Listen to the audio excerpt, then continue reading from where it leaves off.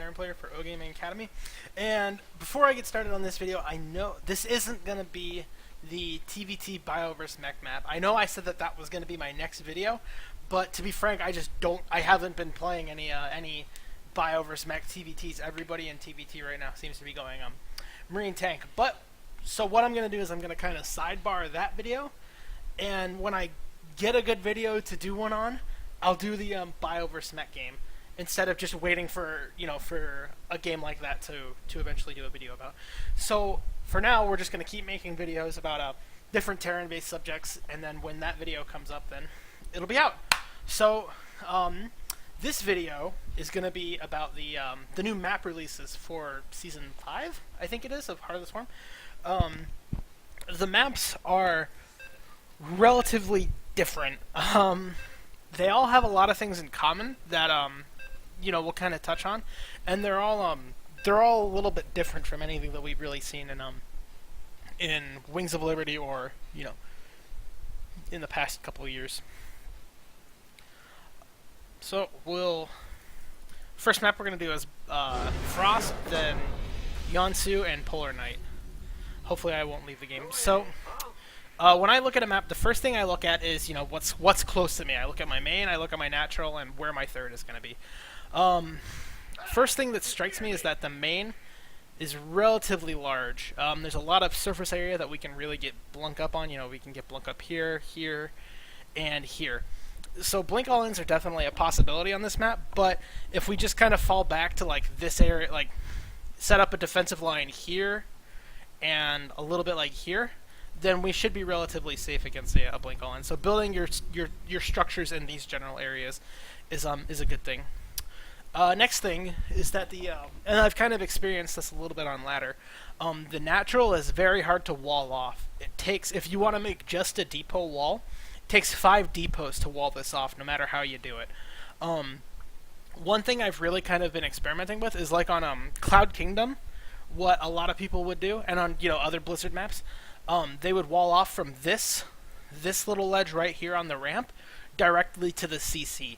And you can do that in like 3 depots, and then just put a bunker behind it, and if a bunch of speedlings comes in or a bunch of roaches comes over, you can just pull your SCVs and repair the bunker. Whoops. Part of the problem with that, though, on this map, based on like the angle of the ramp and where your CC is and where your bunker's gonna end up, let me put that back there, that's distracting. Roaches can just like sit over here and just whittle away at your CC, and your bunker is not in range to deal with it. So that can be kind of annoying. I'm still kind of debating on whether or not I think it's better to wall off here or at the CC. I haven't had too much experience with it yet. Next thing that we'll move on to is the third base. I take this third base in all 3 matchups, in TVT, TVZ, and TVP. The reason for this is, yes, there is this little ledge right here where mutas can bounce up and down from this, and warp prisms can come by and drop storm on you or what have you, or zealots can run by it. Where you want to position your army is basically the same for where you want to position it. If you're taking this base, you're typically going to want to put your army like in this general area. But if you take this base, it's easier to get run by up here, and it's a little bit easier to defend mutas. But I think it's just generally easier to defend this base from a big frontal assault than it is to defend this base. So that's kind of what I think about the third. It's just easier to defend a big, huge army from while defending this base than this base up here. What's next? I have my notes on my second monitor. Okay, so at the end of each of these map kind of summations, what I feel about them, I'll talk about like the biggest thing that strikes me. And on this map, I played a really good TVT, where it's just Marine Tank versus Marine Tank, and a lot of the action took place in this area, this middle area around the towers, where my army is down. My army is kind of down here, centered around this tower, and his army is up here, centered around this tower. And, it's me, going this way, him going that way, and just juking back and forth. So that's where, kind of the biggest thing that struck me is that in TVT, a lot of the action takes place in the middle of the map. and then typically the victor is whoever can get the easiest access to the fourth base and set up in, if I'm bottom right and my opponent is top left, he's gonna take his fourth here, and setting up a siege contain, a line, a siege tank line here with his army at this tower. That seems to be the most important thing that I've figured out in the Terran versus Terran matchup. TVP, the third base is really relatively wide, and so doing like SCV pulls is very strong. Once it gets to 4 base though, it seems like it's a little bit harder. They can kind of take this tower and just kind of sit at it, and it just turns into endgame TVP where whoever wins the big fight is kind of the victor. TVZ is kind of hard on this map. Mutas can bounce up and down. Ling run bys can come over here. Getting to a fourth base, the fourth base is very exposed. It's kind of hard to parade push into this base in my experience, just because all the reinforcements are coming down right into you. So it's a little hard to parade push on this map. But that doesn't mean it's a bad map. It's just a little bit more difficult for Terran, in my opinion. If you're bottom left and bottom left, top left, I don't know if that makes a whole lot of difference. Actually, I think it would make a little significantly larger difference, just because the third base is a little bit further away. So those are kind of my thoughts on Frost. A lot of the action seems to take place in the middle of that map. I don't have any fancy editing software, so we're just going to be going from one map to the other. Hopefully nobody joins these lobbies off of me though. So, next map, Yawns. I do have all of these maps upvoted, and I am playing them regularly, so I've learned quite a bit about each of these maps. I haven't played on these maps as much as I played on Aquan, so my knowledge isn't that in depth on these maps. But Yawns. Again, we'll look at the main, the natural, and the exposed, and then kind of what goes on from there. Again, another map with a lot of area to blink up. Blink up here, and down here. But again, I think this map is actually even a little bit better for blink all-ins than Frost is, just because this area right here that you have to defend is significantly bigger, and this area right here is also very large. So it's where the Protoss player is going to be blinking up they're going to have a lot of room to maneuver. What was I going to say? Oh yes, the natural choke. Again, another very wide natural choke. I didn't actually test it out, but I believe this is like 6 depots right here that take to wall it off. And building a depot wall from the ramp to the CC isn't really viable, because it's a very long way from here to here. I think it's actually more depots to wall that off than it is to wall this off to the CC than it is to wall this off. I'll have to experiment with that a little bit though.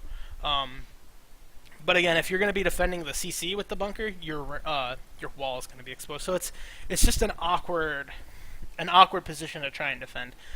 These rocks have never really come into play in defending any sort of all-ins. This is here just mostly to kind of keep Zerg from just instantly taking this third base. It's a little bit of a deterrent.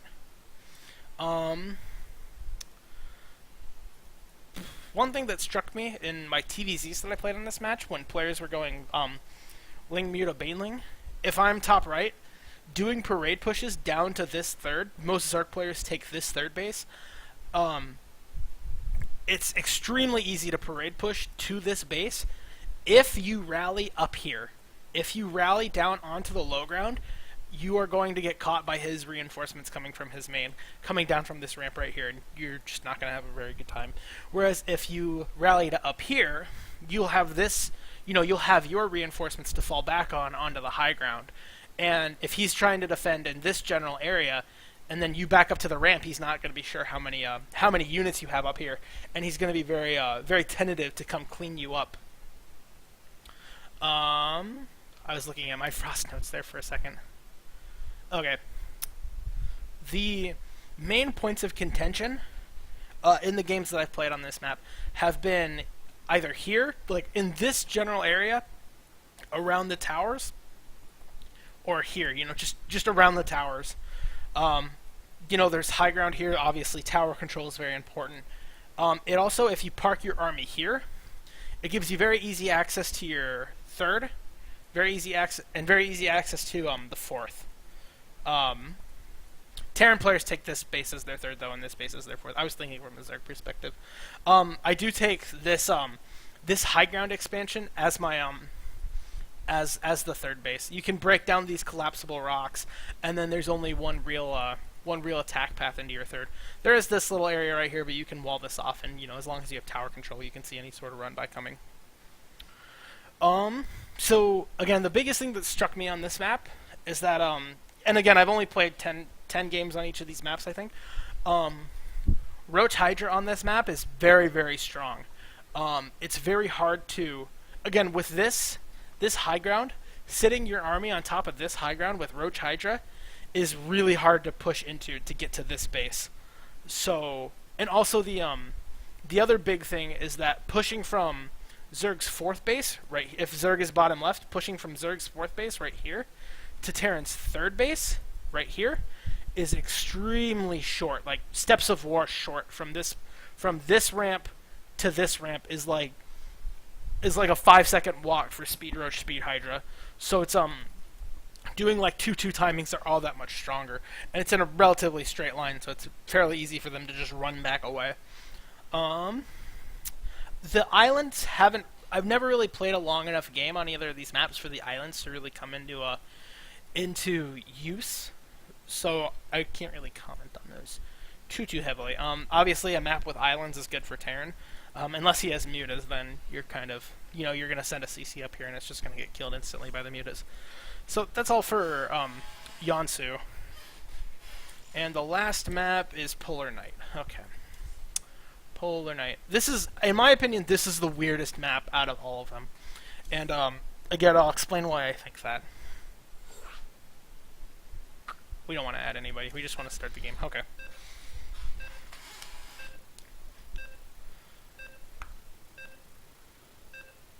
So, Polar Night. This map reminds me a lot of even though I didn't play Brood War, just looking at like a lot of the old Brood War games and a lot of the old maps, this map reminds me a lot of Brood War.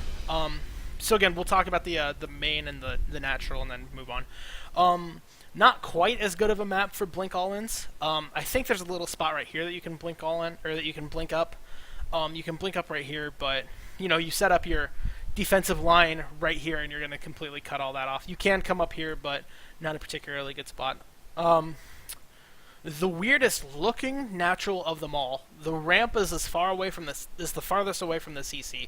Also, these back rocks are, you know, are here. They can definitely break down these back rocks with a bunch of speedlings or whatever, and you can very easily miss that kind of thing. Natural is again very wide open, so defending any sort of like Roach Bane or Ling Bane or just pure Roach attacks is going to be exceptionally hard. Yeah, the next thing is that drops on this map are amazing. There's so much depth. Like, you look at this. You can look and not see any ground on this. There's so much dead space on this map to drop on.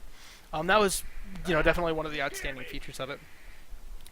So the reason why this map is so weird, in my opinion, is because in Wings of Liberty and in Brood War, it feels like Wings of Liberty and Heart of the Swarm, excuse me.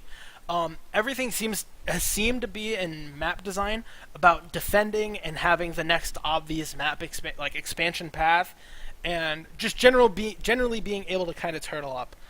But this is arguably the widest map that's ever been released, with just considering all of the places that are extremely wide.